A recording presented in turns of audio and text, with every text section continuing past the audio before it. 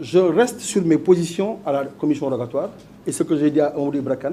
Et jusqu'au jour où je vous parle, il n'y a aucune traçabilité d'argent venant sur un compte appartenant à Pape Master Diack ou à Lamine Diack ou à une de mes sociétés. Donc, ce n'est que dans leur imaginaire maintenant de faire croire que Lamine Diack a reçu. Il l'a nié au procès. Il a dit, écoutez, je reviens sur mes propos. Je n'ai jamais sollicité, je n'ai jamais reçu de l'argent de la Russie. Et c'est ce qui est acté dans l'acte d'audience. Même s'ils ne veulent pas en tenir compte, c'est ce qui se passe. Il n'y a aucune traçabilité. Je n'ai absolument rien à voir avec un financement de campagne électorale. Dernier point, c'est de dire à la justice française, vous vous êtes permis, la justice française, d'attaquer l'honorabilité de notre président de la République actuelle. Pour quelqu'un qui, vu son parcours politique, a eu à se battre, a créé son parti en 2008, contre toute l'adversité qu'il a, qui a fait 3 fois le tour du Sénégal, qui a fait campagne, qui s'est présenté aux élections, qui a gagné, en bonne et due forme, on lui dit vous avez été financé par de l'argent de la corruption. Je pense que la justice française est en train d'outrepasser les bornes. Ils insultent notre institution. Vous, les journalistes, les citoyens sénégalais doivent défendre en disant que vous n'osez pas le faire contre un président d'un pays européen. Ils ont de quoi s'occuper. On parle du financement de Sarkozy de la Libye. On parle du financement de Balladur en 1995.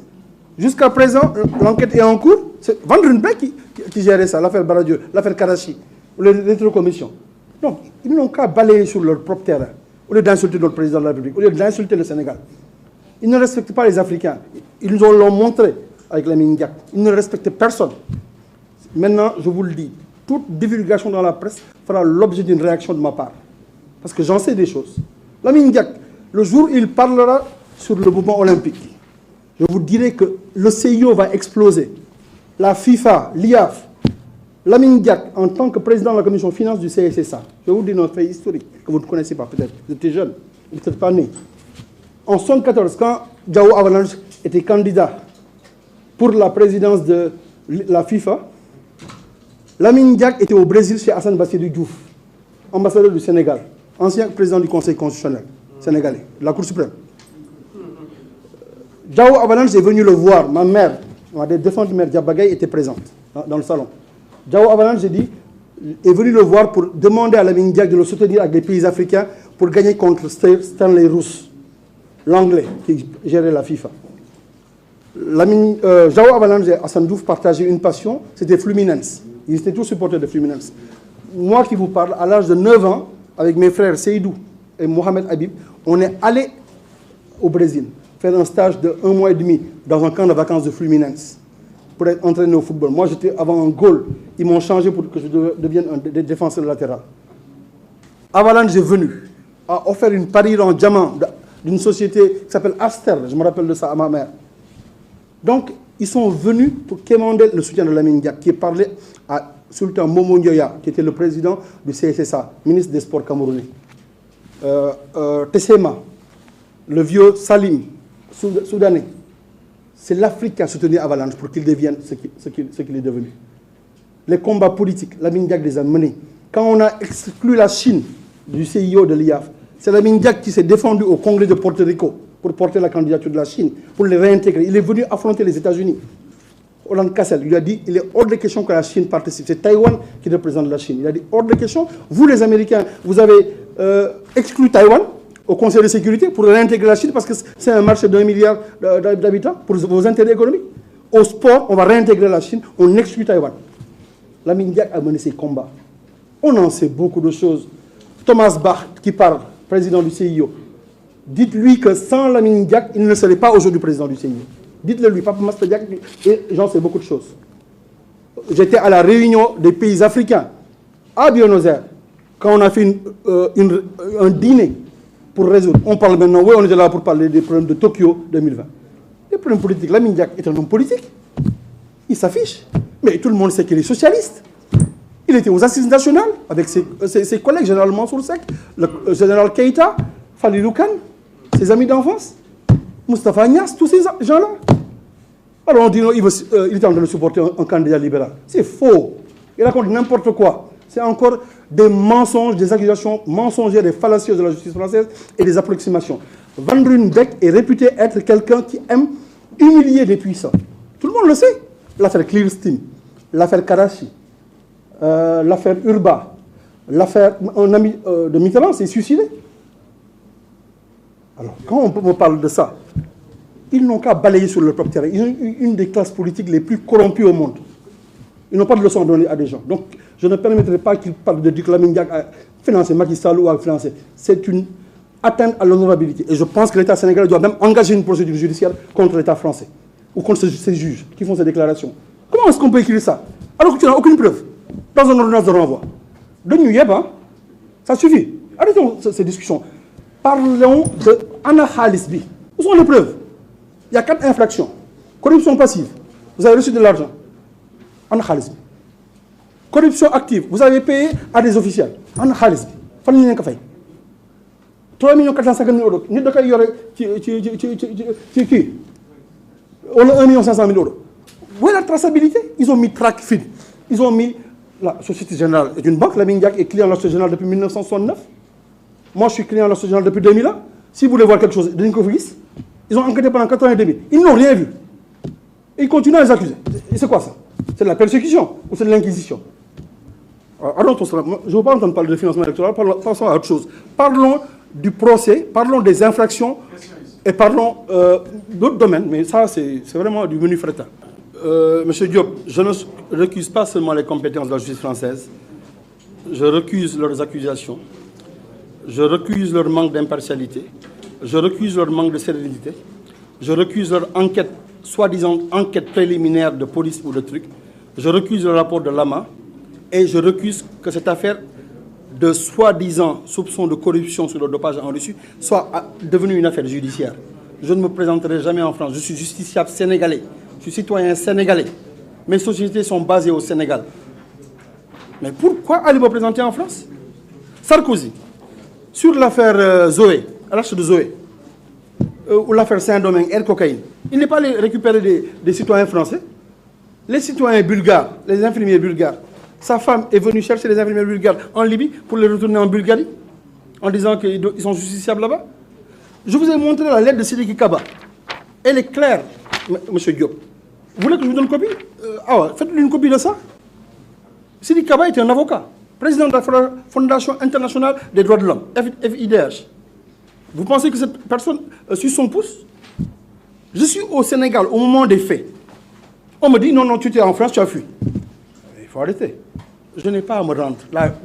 Le droit français me permet de me faire représenter par des avocats. À moins que maintenant, si vous avez peut-être, on vous a dit, faites tout pour que Master vienne. Mais à ce moment-là, ils n'ont qu'à envoyer peut-être des forces spéciales pour me kidnapper, c'est tout ce qu'il reste à faire. Hein? Bon, vas-y, laisse-la. Mais ça n'a pas de sens. Juridiquement, je te le démontre. Je te montre les papiers. Tu me dis, est-ce que tu vas aller en France? On peut vous dire. Passons à autre chose.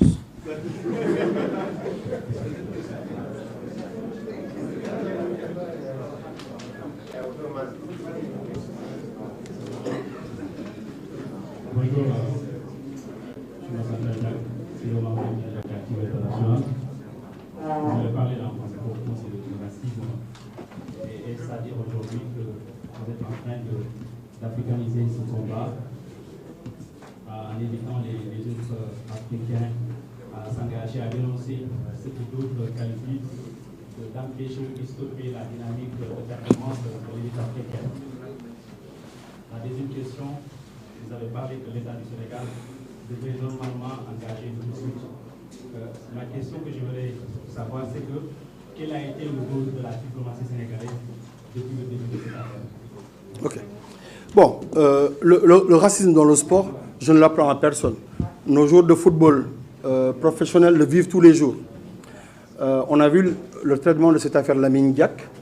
Comment ça a été? Ils se sont comportés. Parce qu'en corollaire, en même temps, il y avait l'enquête sur Michel Platini, sur la FIFA. Il y avait l'enquête sur Joseph Blatter sur les scandales de la FIFA.